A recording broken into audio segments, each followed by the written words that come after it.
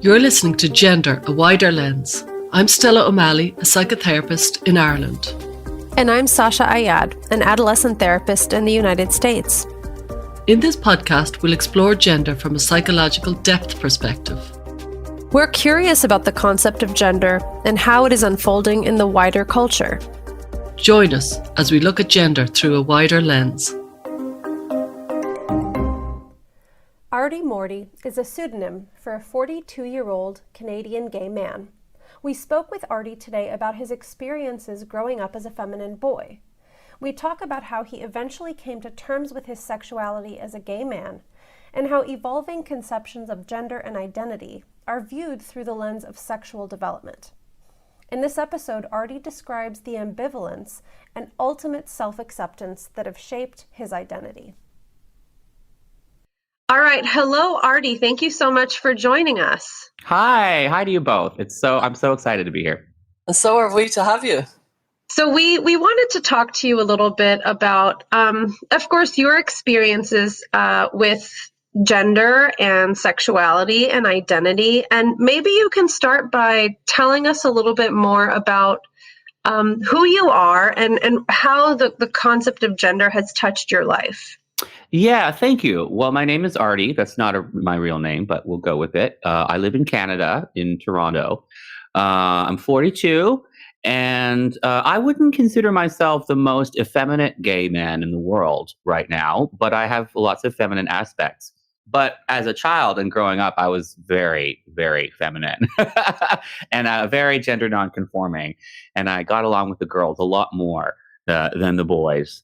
Where do you want me to start? I think I need leading questions because I don't know where to go on my own.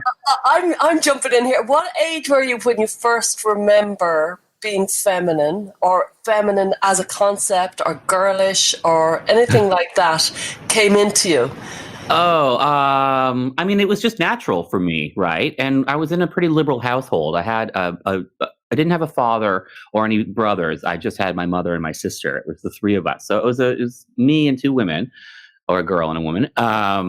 So it just was natural, and there was no pressure to behave differently. But as young as 2 years old, I had a huge crush on, oh gosh, what is her name?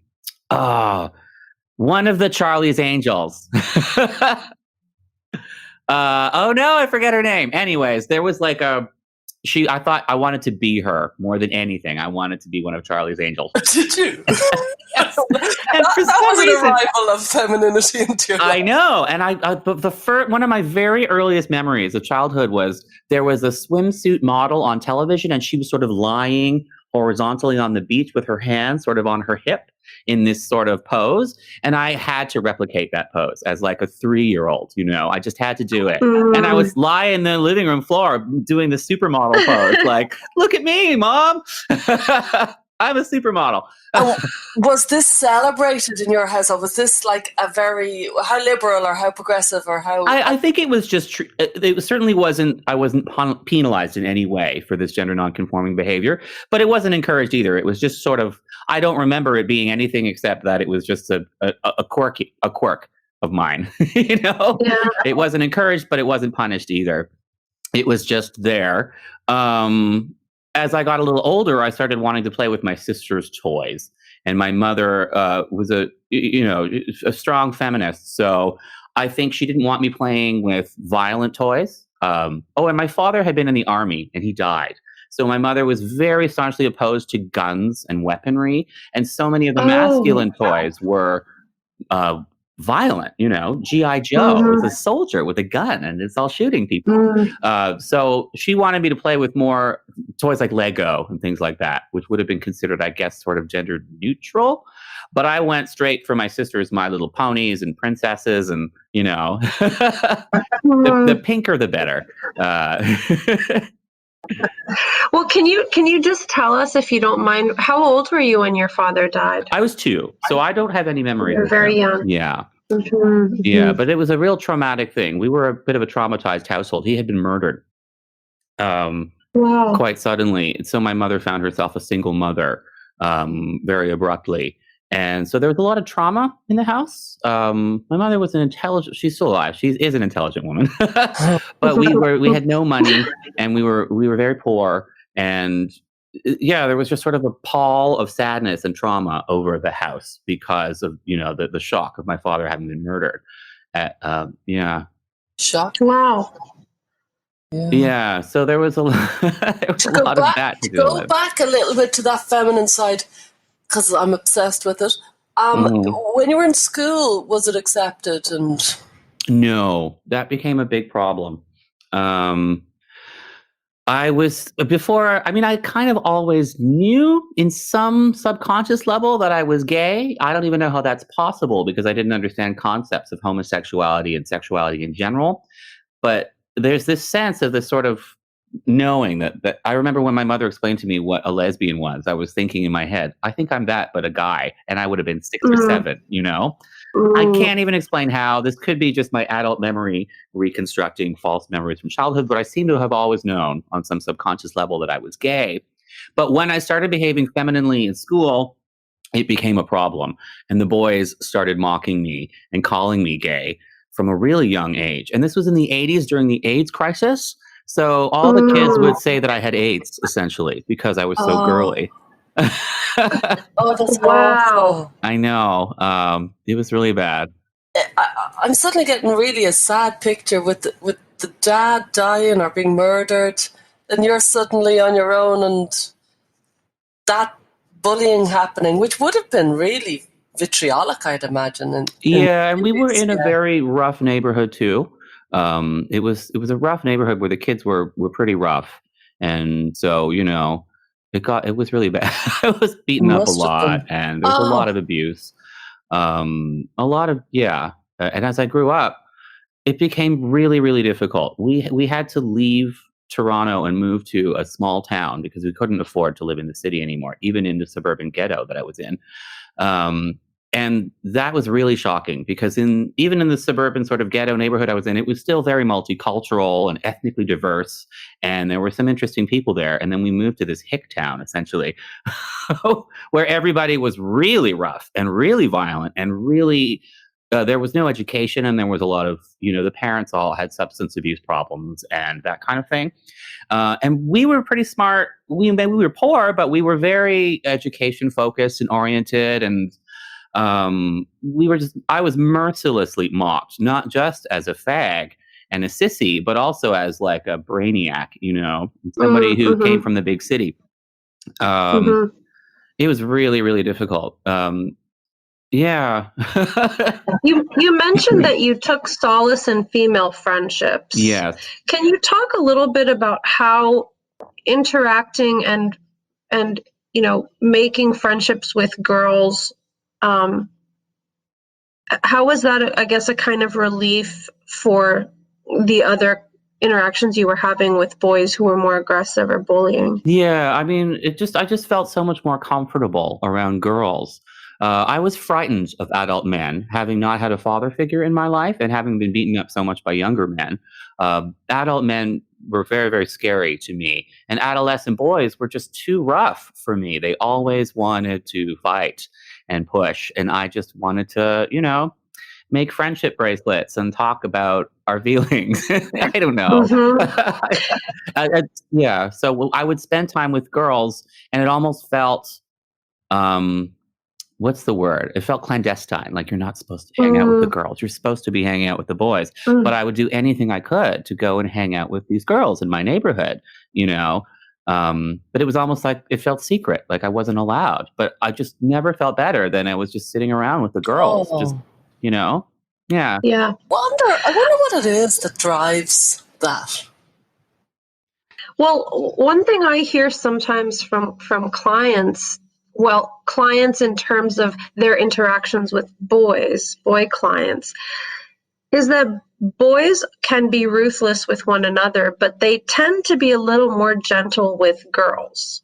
So at least when it comes to gender dysphoria, I think sometimes boys who are experiencing gender dysphoria might have a fantasy that if I were a girl, I wouldn't be picked on so much. I wouldn't be beat up. I wouldn't be treated with such aggressiveness. even though sometimes boys can infantilize girls or, exclude them, that might feel safer than being the target of male aggression.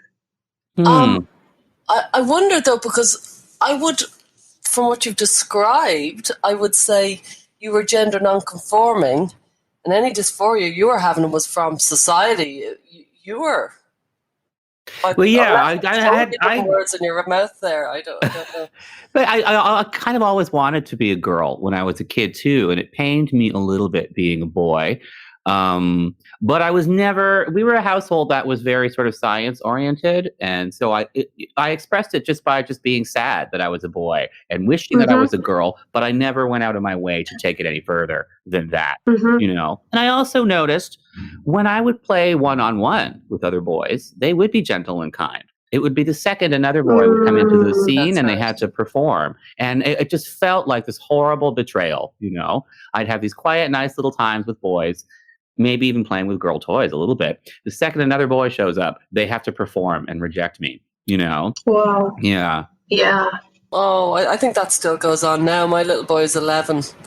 And you can see them puff up when a third boy comes. Yeah. I think that still goes on. Yeah. I wonder, was there other boys who might have turned out to be gay, or certainly feminine boys in your group at all? Well, I don't, in this rural working class town I was living in, my neighborhood was really rough, and the boys were really, really rough. So I think if they had any proclivities, they would have concealed them quite well. As we moved into our teens, I left home when I was very young. I was a runaway in my teens. But before I left home, the boys were all sleeping with each other in their early teens, because that's what boys do. And they were very rough and kind of, I don't know. So there was I was the only one who wasn't sleeping with the other boys, because I was a real fag, right? But I don't think any of them probably would have turned out to be gay, or they would have concealed it very well. And another thing you have to remember is that I'm in Canada, and Canada has a real hockey culture.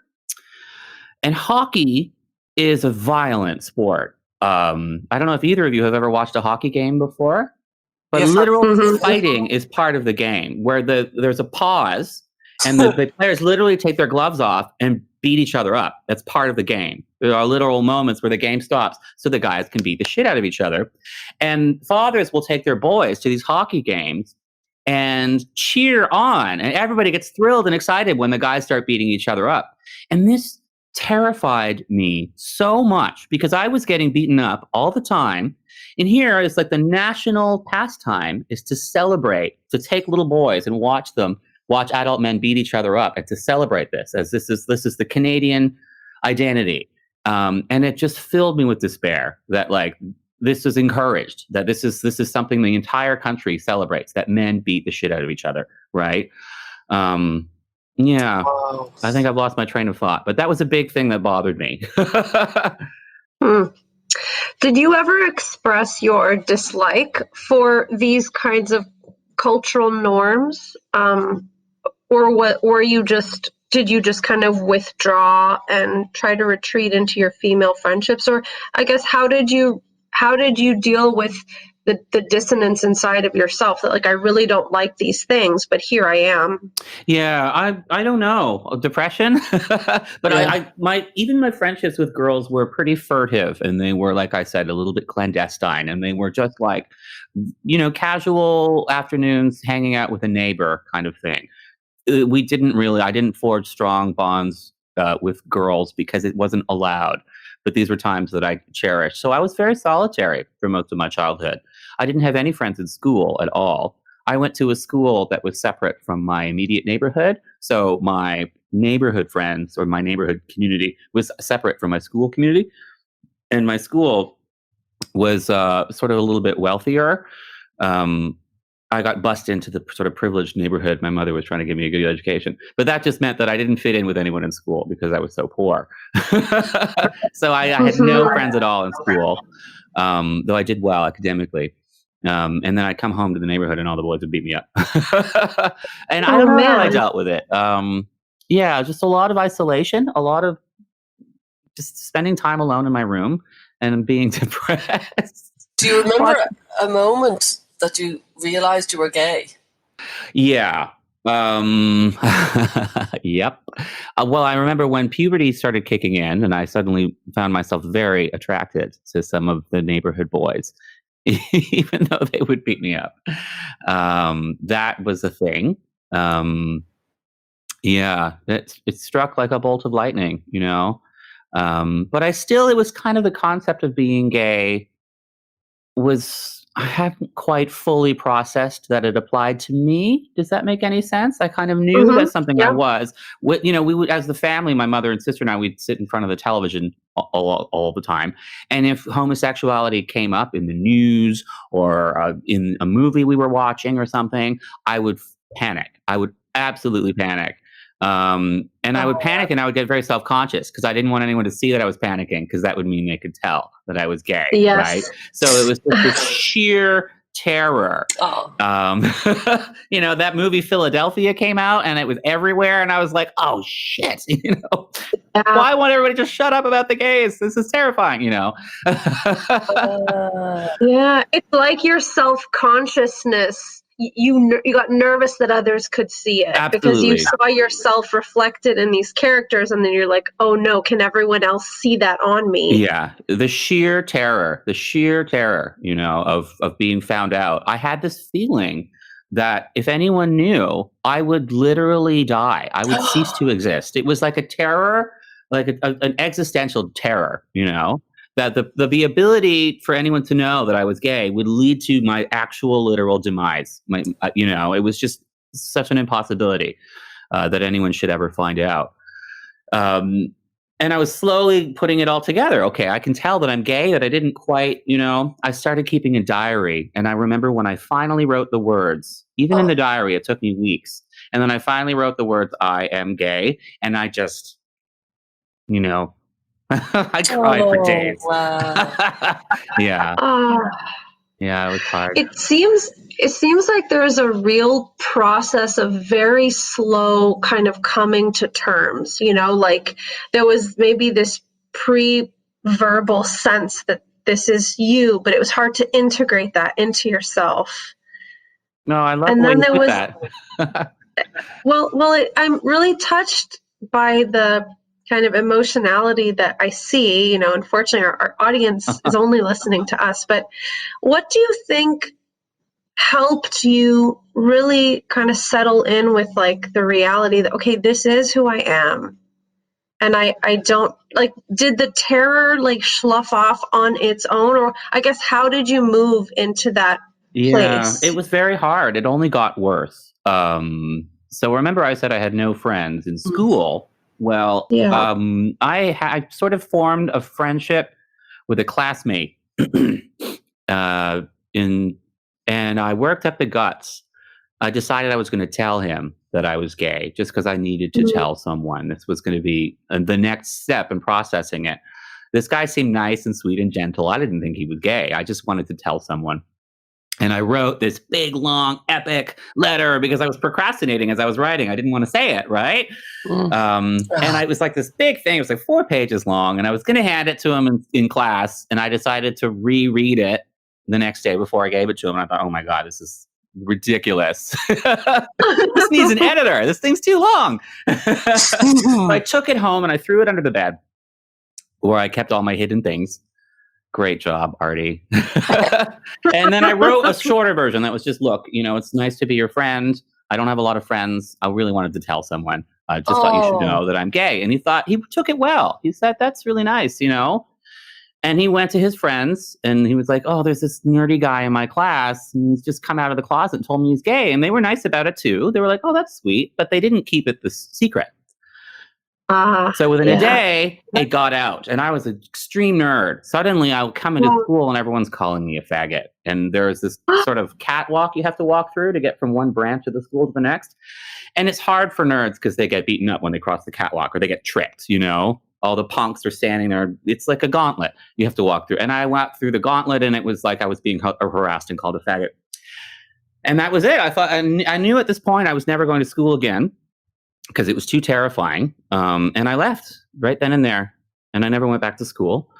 And I came home, and my mother and sister were there, and they said, your bedroom is a pigsty. It's a mess. So we took it upon ourselves to clean your room, even under the bed. And I had just had this terror of having decided I was leaving school, and they found the early draft of the letter under the bed. So I left home right then and there, and I ran away. What age were you? I was 15. Oh. Oh my God. Yeah. So I bummed around the food court at the local mall, and I met some stoner friends, and I discovered marijuana, and I discovered alcohol, and I stayed at this sort of crash pad for the stoner runaways. And eventually I crossed the country, and I went out to Vancouver on the West Coast, and I panhandled for a year and slept on the streets. And yeah. Oh my gosh. Can we just go back for a second? I mean, this is quite an epic moment of your life. There's a crossroads there. But I am really curious because you had this very traumatic experience at school. Yeah. Where you were really ostracized and called out and ridiculed. Mm-hmm. And yet you described that at home, mom had always had a very, I guess, at least intellectually supportive perspective on like lesbians and gay men. So I'm wondering, did you feel as though you were going to be rejected at home as well? Or do you think your school experience was just so overwhelming that I guess, catalyzed your escape? That is I'm wondering about right. that. You put it so well. But I've never experienced homophobia from my mother. She had said things here and there in private in the household that perhaps didn't align perfectly with gay rights because she didn't know that I was gay, but she was not homophobic. And it was me processing my own demons that led me to run away from home. And it was more the humiliation of the whole thing. I was trying to escape the humiliation of the experience and the humiliation of my neighbors mocking me and the humiliation of being mocked. I just needed space to myself to figure out who I was. Does that make sense? Yeah. Yeah. But one thing that really strikes me is that you were very feminine. You were what is often called pre-gay these days. Yeah. Your family were accepting, and you had a really, really hard time in school. I can see that, and you lost your dad at such a young age. But I think for somebody who was so definitely 100% gay really all along, you had a really, really difficult path. And I think we often forget that even the gayest of the gayest often have really difficult paths in accepting it. Absolutely. Even and though it doesn't matter, knew it. even in a liberal, progressive household with supporting family, it's still going to be hard to process it because you're a minority. Something like 2% of men are gay. It's not the expected path for any person. So it's really difficult to realize that the path that you are going to take is not going to be the path that was just sort of subconsciously or not, everybody expected you to take in life. And that you're not going to be like these these endless television shows and movies and the news. Men behave a certain way, and you are not going to be like them when you grow up. It's very, very scary and very, very difficult. Yeah. And I always knew that. There was just no role for me that, on television, in the media, I couldn't find a version of me anywhere. A very girly boy who, was still a boy, but, got along with the girls and just wanted to be gentle. And I know I've met clients and other people who've had that internalized homophobia and very strong. And they almost themselves was the person they had to really overcome at the end. They had to kind of they had to make friends with themselves. Absolutely. It's the hardest thing. Be somebody different. And then I think that's always going to be difficult. Even no matter how much gay acceptance there is in the world, I feel like it's been moving forward, gay acceptance, but it's also been experiencing a bit of a rollback a little bit these days in some ways. But it's always going to be difficult. So this is something everybody needs to understand, is that a child who is gender nonconforming and likely gay is going to be experiencing a lot of struggle, and they're going to be experiencing a lot of distress. That's almost inevitable. So you really, really have to support your child in every way that you can and help them to understand that it's okay to be themselves. Yeah. I think what is coming up for me as I hear you talk is that right now in our culture, we have so much jargon about gender nonconformity and acceptance and LGBT rights. And I think that's so important, and I'm so glad we're moving in that direction. However, a lot of it feels superficial insofar as there's a deep, like an existential reckoning that has to happen when the core of your being is really gender nonconforming. And I'm not talking about clothes and hair and like your aesthetic.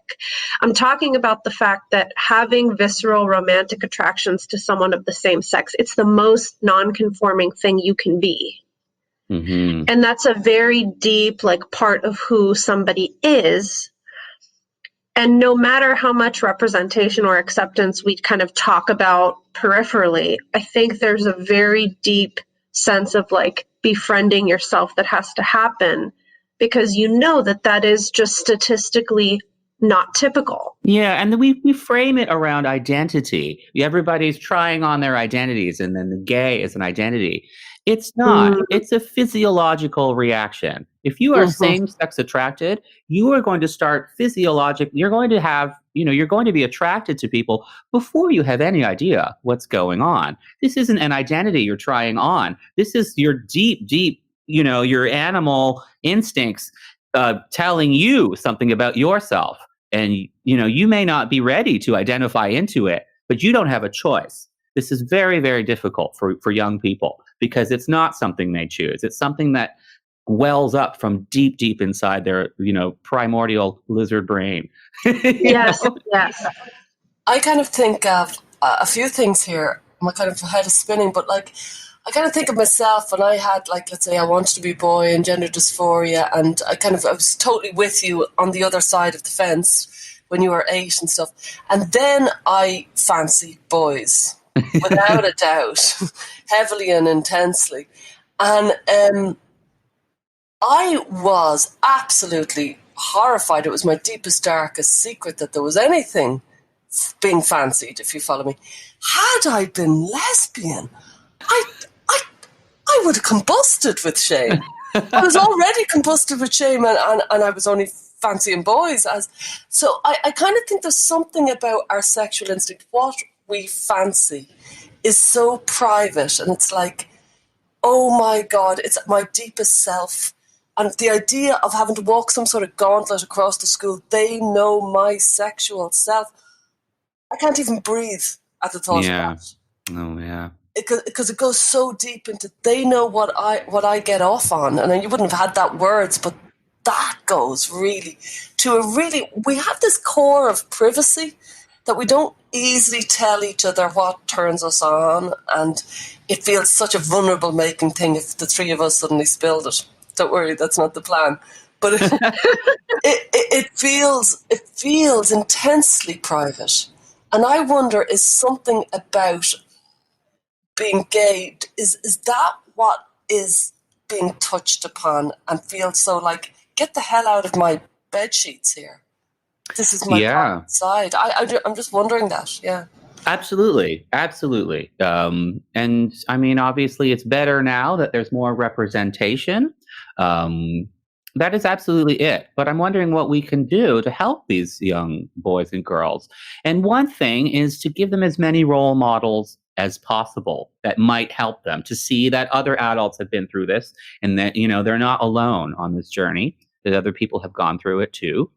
To see something, to have a light at the end of the tunnel, to see adults who are gay and gender nonconforming, and so that they can say, "Oh, I can be like that. This is going to be a harrowing journey, but I can see at least what it looks like. I can see what the end goal is." Does that make any sense?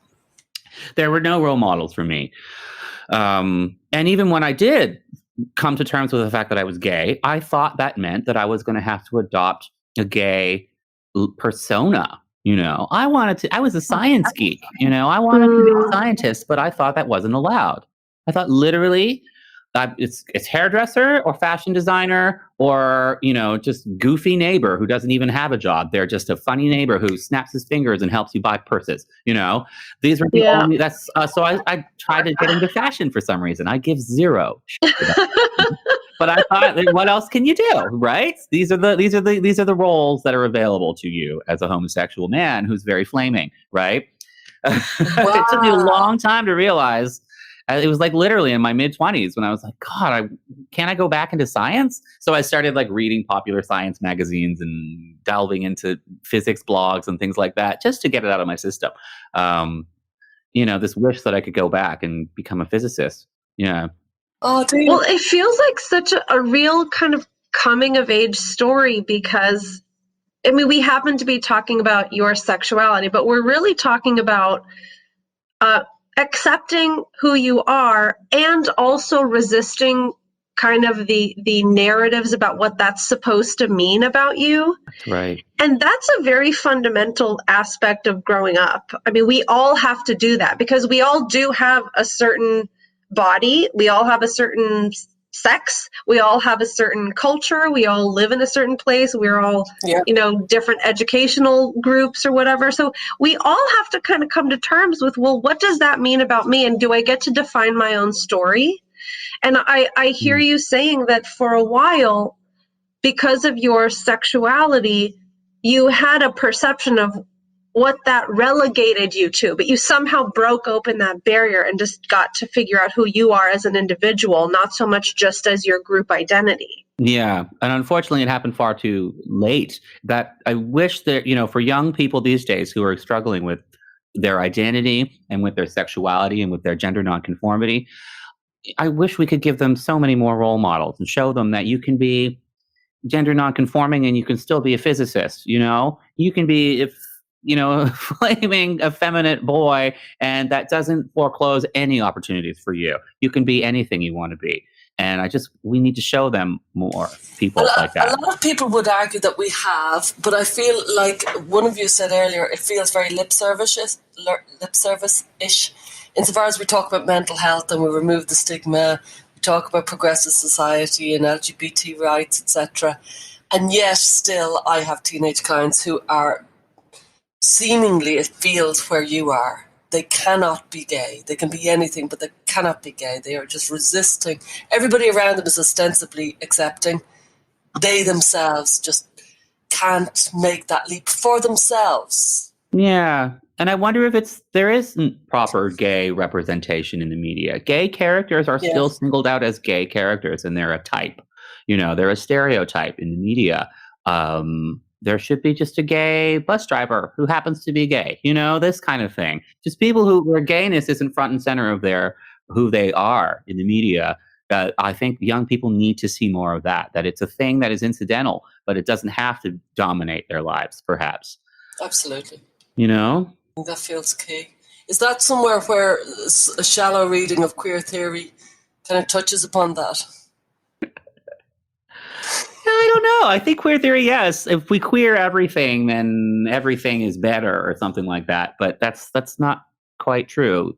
Homosexuality is only ever going to be 2% of the population. So it's a small number of people. So you can't handle that by making everybody queer. They're trying to expand the numbers instead of expanding the understanding. Does that make any sense? Yeah. Oh, that's good. Can you expand on that? That was a really interesting framing. Well, this is something that you have to come to terms with when you're attracted to men, that 98% of men are not attracted to you back on the basis of the fact that you're a man. They want women, they want girls. And that's very, very frustrating. And very upsetting. All your crushes, everyone you see, they are not interested in you because you're a boy. And vice versa, if you're a girl who's attracted to girls, right? They're not attracted to other girls. So it's just going to be a constant sense of rejection. And I think queer theory was a little bit trying to there's a resentment in culture that everybody's straight and we're not. Let's make everybody queer. Let's make everybody a little bit gayer. That's not gonna happen. That's just It's straight conversion therapy. Tell me, are all gay, I forgive my ignorance, are all gay boys as feminine as you? I know some of them don't seem to be. Well, it's so funny. There's this book called The Man Who Would Be Queen. It was written by Michael Bailey. Are you familiar with this book? Yes. Oh, you two are nodding. The people listening can't see it, but you're like, yes, you can see. You're both good. Good. A real insight I found in that book was when the author was saying that almost all gay men, no matter how gender nonconforming they are or aren't, if you were to privately ask their mothers what they were like as little boys, almost invariably the mothers are going to say they were extremely girly. That was a little girl, most gay men are a lot more gender nonconforming in childhood than they remember, perhaps even. And it's almost like they learn to perform masculinity as they grow up, and they learn to adapt themselves into the roles that society expects for men. And part of that is when you're sexually attracted to males, you're sexually attracted to masculine behavior. And so you want to apply some of that onto yourself, right? You know what's hot. You're going to do it, right? I'm going to grow a beard because I find beards sexy in other men. You know what I mean? That kind of thing. But yeah, I was very gender nonconforming, and but I don't feel like I'm particularly gender nonconforming these days. I'm pretty flaming, but I'm not singing show tunes every day. At least you could dive into them. Not that far from show tunes. Okay, fair. But there are gayer men than me in the world, and there are less gay seeming men than me. But I was extremely gender nonconforming, and you have to remember that a lot of men who are gay but don't seem particularly effeminate as adults probably were also very effeminate young boys. I wonder why they are. Yeah, I wonder what that is. Well, it's got something to do with the sort of bell curve distribution of natural masculinity or femininity in males and females. There's a tendency for males to have more masculine traits, whatever those are in the society we live in. And there's a tendency for females to have more feminine traits, but it's not as strict. It's an overlapping double bell curve. You know what I mean? Mm-hmm. And it just seems the further you are on the feminine traits, the more likely you are to be same-sex attracted. I don't know why. And yet I know feminine men, and I'm sure you do, who are heterosexual and vice versa. Yeah. They definitely are a cohort.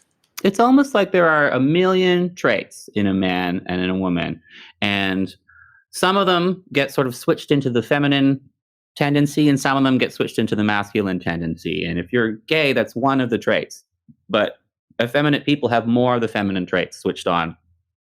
Mm-hmm. And you can almost look at homosexuality as a bit like a psychological intersex condition or something like that, that your sexuality is oriented the way a typical person of the other sex would be. Does that make sense?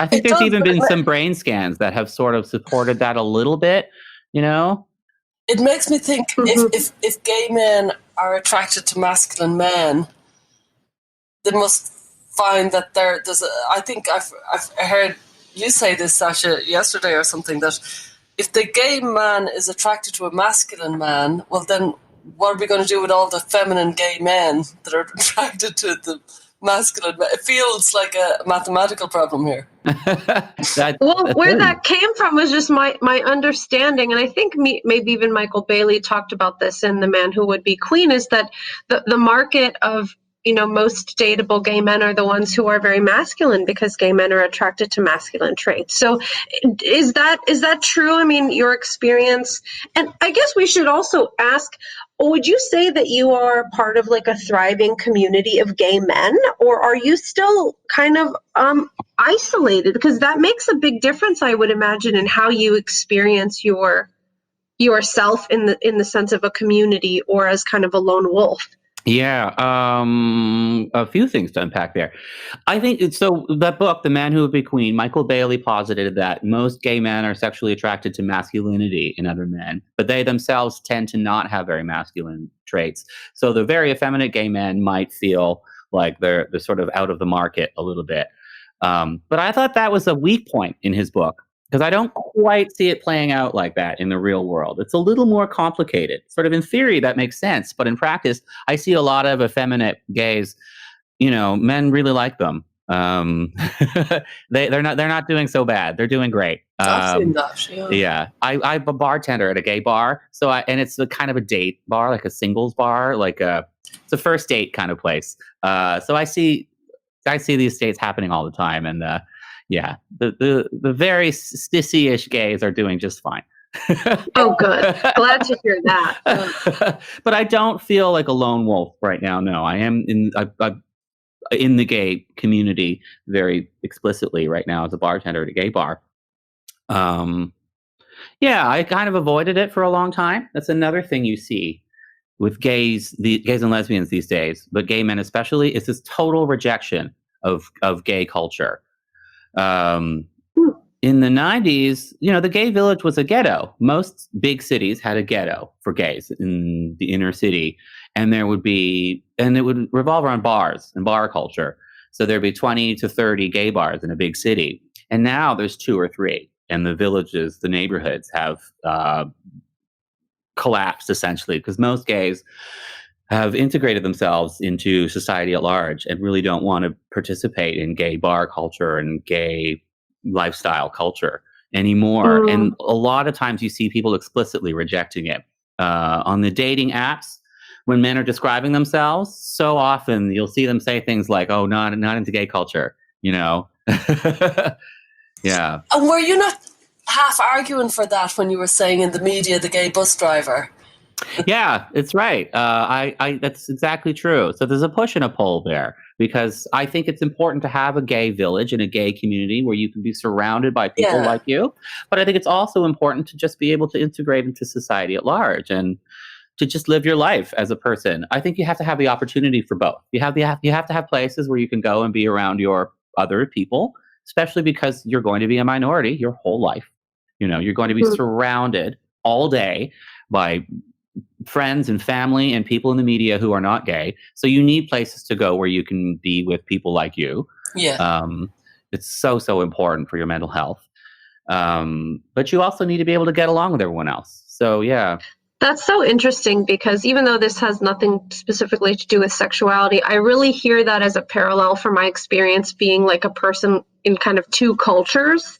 And my parents are from Egypt, but I grew up in Canada and the US. And I also feel like there's some kind of comfort that I can take when I'm hanging out with other people who understand our cultural background, our food, our music, that kind of thing. But it's also so important to integrate well with the rest of the world. So there's this kind of back and forth that I find is a parallel with a lot of different types of marginalized, quote unquote, experiences, that there has to be a place for both. Absolutely. The balance. I didn't know you'd spent time in Canada as an aside. I was born in Montreal. Oh, wow. I didn't know that. Cool. In the freezing cold tundra. And now you're in Texas, aren't you? Yeah, it's pretty hot over here. We did the opposite. My family is from Texas, but I grew up in Canada. So. Oh, look at us. We've swapped. Right. I want to go back to something that feels really important to me, because you brought up representation, which is very important. And also, I think we have this perception that if there's adequate representation, nobody would have ambivalence about their own sexuality. Mm-hmm. And I work with young people who are questioning their gender or questioning their sexuality. And sometimes if I suspect that a client might be gay or lesbian and I try to talk with them about that, if they have any ambivalence about it, then they interpret that ambivalence as proof that they're not that thing. Mm. So if somebody has same-sex attractions and I say, well, could it be that you might be gay? And they say, well, no, because that idea just like I get kind of skin crawly about it. It just creeps me out. Mm-hmm. Then that means they couldn't possibly be gay. Mm-hmm. But you're kind of describing that there is a lot of ambivalence that comes with realizing that you have something about you that does make you different than the average. I'm wondering if you can just talk about that, because I do sense that representation alone can't take away that individual journey of self-acceptance. What do you think? I think so. And I mean, personally, I always want to hammer the point home that it's not something you choose. Young people are being told that the world is their oyster and they can choose their path or whatever, and that's great. But this one, you don't get to choose. It gets foisted on you if you're gay. You know what I mean? Yeah. It gets foisted on you before you have any sense of who you are. It happens at such a turbulent time when your sexuality emerges.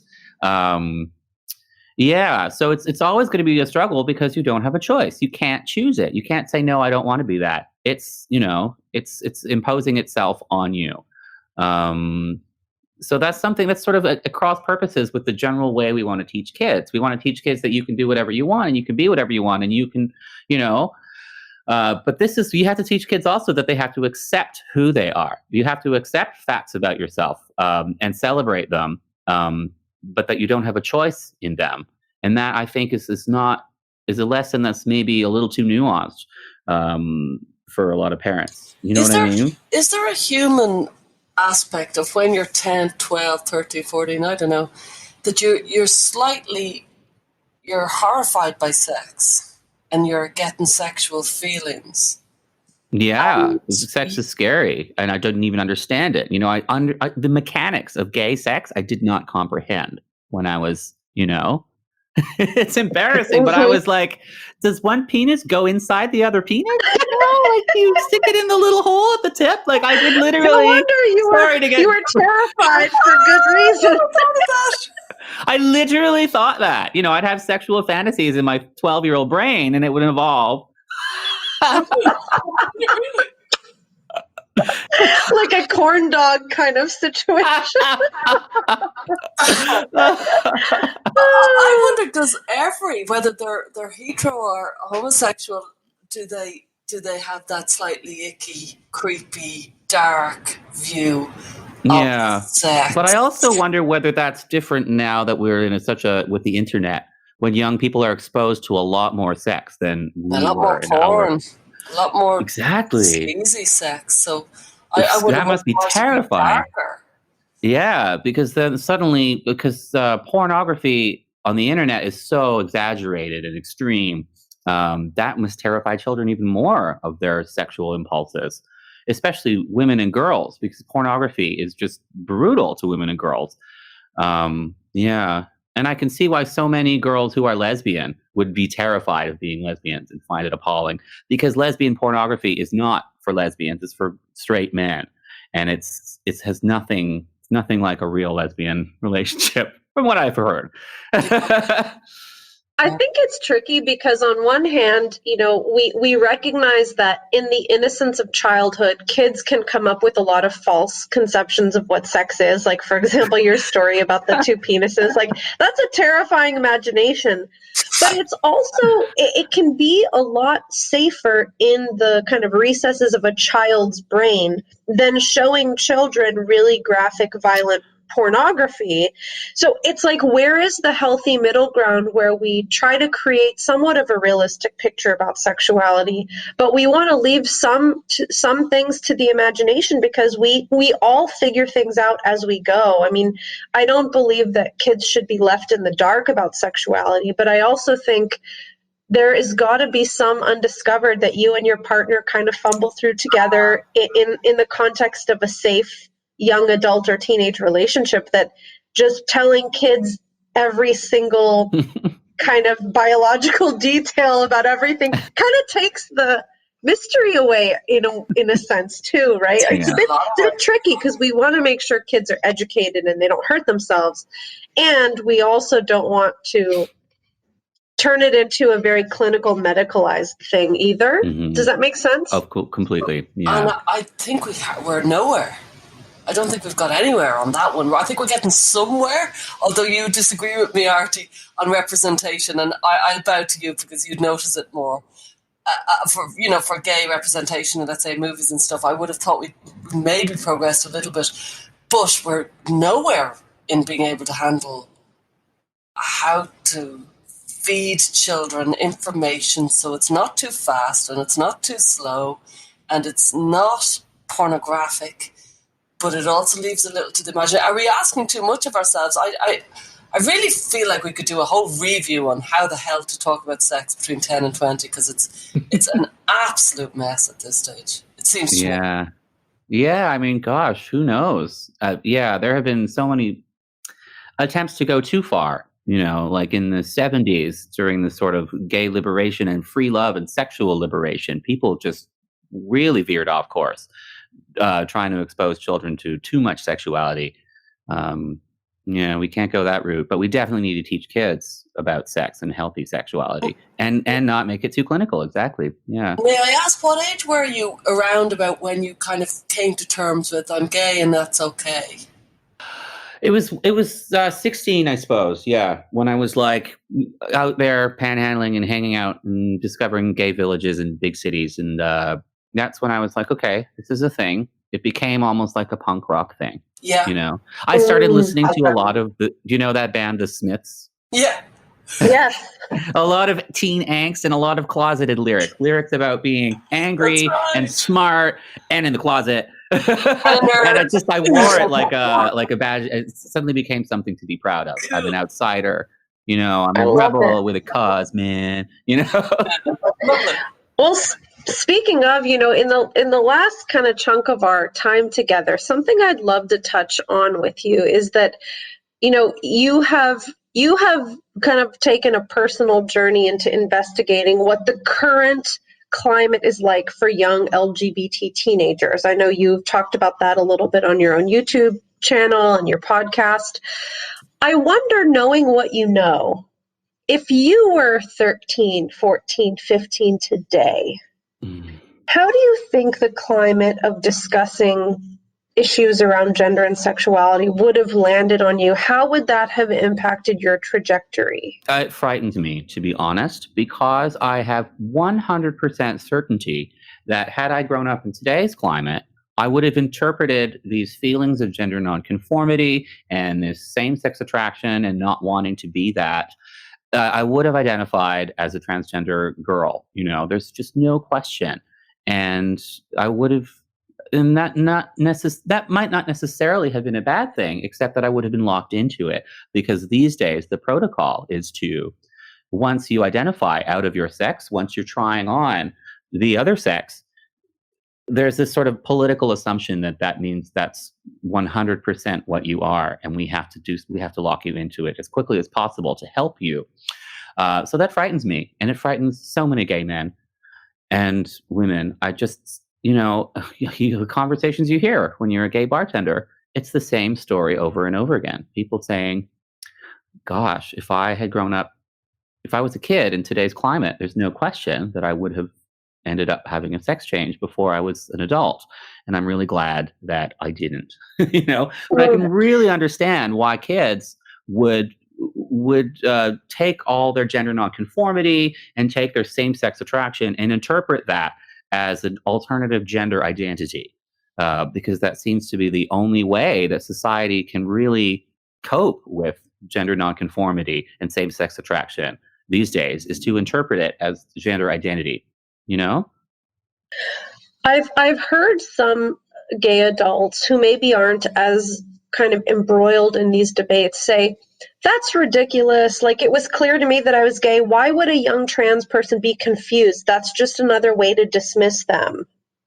So for anybody who's listening that may not be familiar with what elements you're talking about, what is it that would have pushed you into a trans identity, or perhaps confused your path of development? For people who may not be aware, what is happening right now? Well, the honest truth is, if I had been told that there was a possibility to be a girl, I would have taken that, because it was hard to be a boy.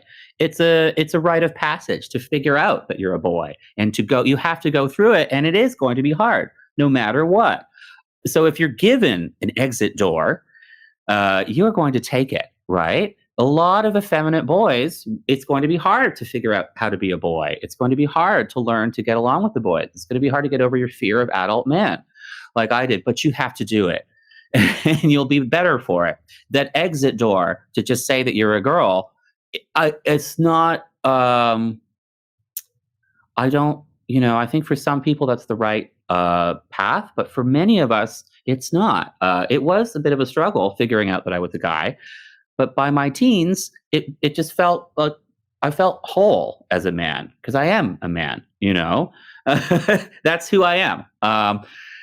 So it's a false exit. This idea that you can claim that you're really a girl when you're not one and claim a transgender identity. But I think why a boy would feel that way, maybe a lot of these adult gay men who think it's crazy don't remember how non-conforming they were as kids. Maybe they don't remember. Maybe we should ask their parents what they were like as kids. Call this, if a gay man says, I don't know what you're talking about, call his mom and say, call his mama. I'm what was he like as a boy? And she'll be like, he was a little girl. He was so girly. I'm very sad that there's almost a split now in the gay community where some people say, no, I knew I was gay and I don't know what Artie is talking about. And the other side who say, yeah, no, I was very gender ambivalent and I grew into my identity as a gay man or a gay woman or lesbian. And I wonder, would they? Or are we missing something? It would be really good if we could get somebody on the show who disagrees. Right. Well, I mean, it's not all gay men are gender nonconforming as children, but a lot more are than they remember. But yeah, there are certainly gender typical men who are also same-sex attracted. So maybe for them, their idea of conflating gender identity with sexuality is alien to them because they were not gender nonconforming. So they didn't really see gender as any part of it, perhaps. Exceptions to the rules, like myself, because I had gender dysphoria and I didn't end up being lesbian. So it's the exceptions. Maybe so, because some gay men specifically seem to be so absolutely convinced that there is a massive difference between a little boy who is feminine and a pre-gay little boy. Yeah, I wonder about that. When I started talking about this issue, and I made a video where I was pointing out that there tend to be a correlation with extreme gender nonconformity and same-sex attraction in young people.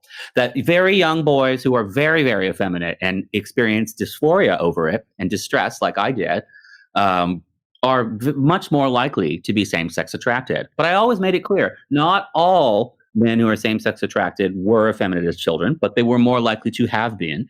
And not all children who were very effeminate grew up to be same-sex attracted, but they were more likely to be. So there's an overlap there, but not a 100% correlation. But the pushback I got from gay men, the suggestion, how dare you suggest that gays are effeminate? How dare you suggest that I'm effeminate in any way? I'm so sick of the sissy stereotype. I like, brewskis and football, how dare you? I'm so sick of that. There's an element of internalized homophobia there, Mm-hmm. A lot of men, they've come to terms with the fact that they're gay, but they're still having they're scared of the idea that suggests that they might not be as masculine.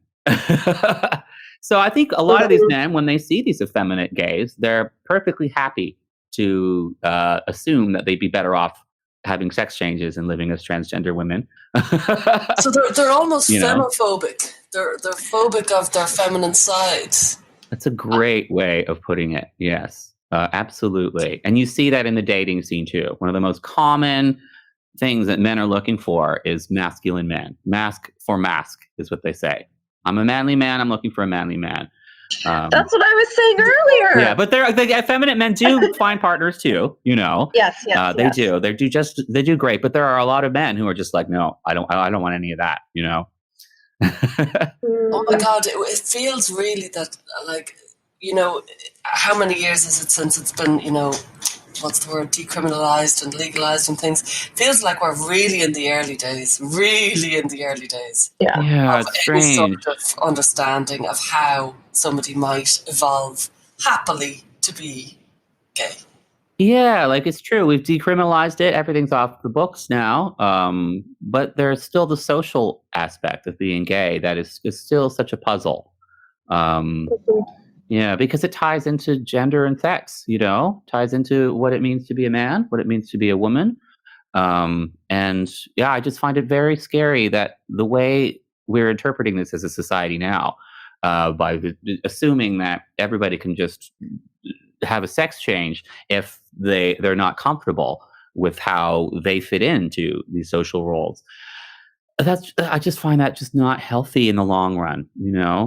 Men, for some people, that would be the best thing for them. I don't dispute that. But for these young people who are just figuring out all this stuff, God, it breaks my heart, Because they might be foreclosing other options. Yes, that's right. And I can understand it must be so hard if you're a parent and you have a distressed gender nonconforming child. You want to do something. The hardest thing to do as a parent is to do nothing, right? You have to act, and you want to help your child's distress as quickly as possible. And when everyone's saying the way to do that is to affirm that they're transgender and a member of the opposite sex, will help the child perhaps in the short run, and it will help you to feel better, like you're doing something. But what you're really doing is just, I think you're closing off opportunities in the future, and the long-term battles that a transgender person is going to have are going to be much harder than the short-term struggles of fitting in to your sex, and you can really see this. It's tragic and sad because a lot of people who are transgender adults and who did transition and for whom it benefited them, they don't see that a lot of these kids probably aren't going to benefit in the long run from transition and from being affirmed as transgender children, Yeah, we're right in the middle of it, so we're going to see how it all pans out, I suppose. That'd be right. Yeah, it's very scary to talk about this stuff, isn't it? It is. Well, part of the reason we wanted to do this podcast is just because these are really important issues. And I think many of us see what's going on and have thoughts about it, but people are generally pretty nervous to discuss their opinions. That's right. So we wanted to give just a voice to just kind of concerned citizens or average people or therapists and other professionals who've been watching this. And, I think it's been so nice to hear how your personal experience, your lived experience in your body has informed your kind of take on what's happening right now. And perhaps you have some insight into some of these ideas, perhaps being a way to derail some young people's development, because that's really what I am taking away from this conversation. Mm-hmm. Yeah. There's that famous actor, Rupert Everett, British actor. Do you remember him? Yeah. He's talked about his extreme gender nonconformity in his childhood, too. He's an out gay man. And he has a really interesting, he was a very, very feminine boy who kind of really role played as a girl for much of his childhood until his teens, when puberty kicked in and he was like, oh, wait, I'm a gay man. But he has some interesting takes on it, too. He really talks about it very eloquently, actually, and very well and extensively. My big takeaway from this is that we really have to leave room in society for the feminine boys, the masculine girls, and they need to have a place much stronger and much more space for that, so that they can just be without agonizing that they're different. I'm thinking of my clandestine friendships with girls. They shouldn't have had to have been clandestine, you know? Yeah.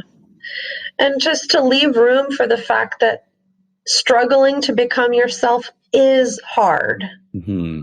It is hard. No matter what. It's a part of being human, That's right. These are things you have to do. You have to, we don't like pooping, but we got to do it. It's just parts of being a human being. Perfect way to end this podcast. Going on the high. Thank you very, very much for speaking to us. Yeah, it's been really great to have you. Thank you so much for coming on. Thank you. Oh, it's been a wonderful pleasure. Thank you so much, both of you. It's an honor. Thanks for joining us this week on Gender, a Wider Lens. This podcast is partially sponsored by RIME, Rethink Identity Medicine Ethics. RIME is a nonprofit organization dedicated to improving the long-term care for gender-variant individuals. Visit rethinkime.org to learn more. If you found value in our show, Please review us on iTunes and subscribe so you never miss an episode. And you can follow us on Twitter, Facebook or Instagram. Just go to our link tree. That's linktr.ee/widerlenspod. Our discussions are for educational purposes only and are not intended as a substitute for mental health services.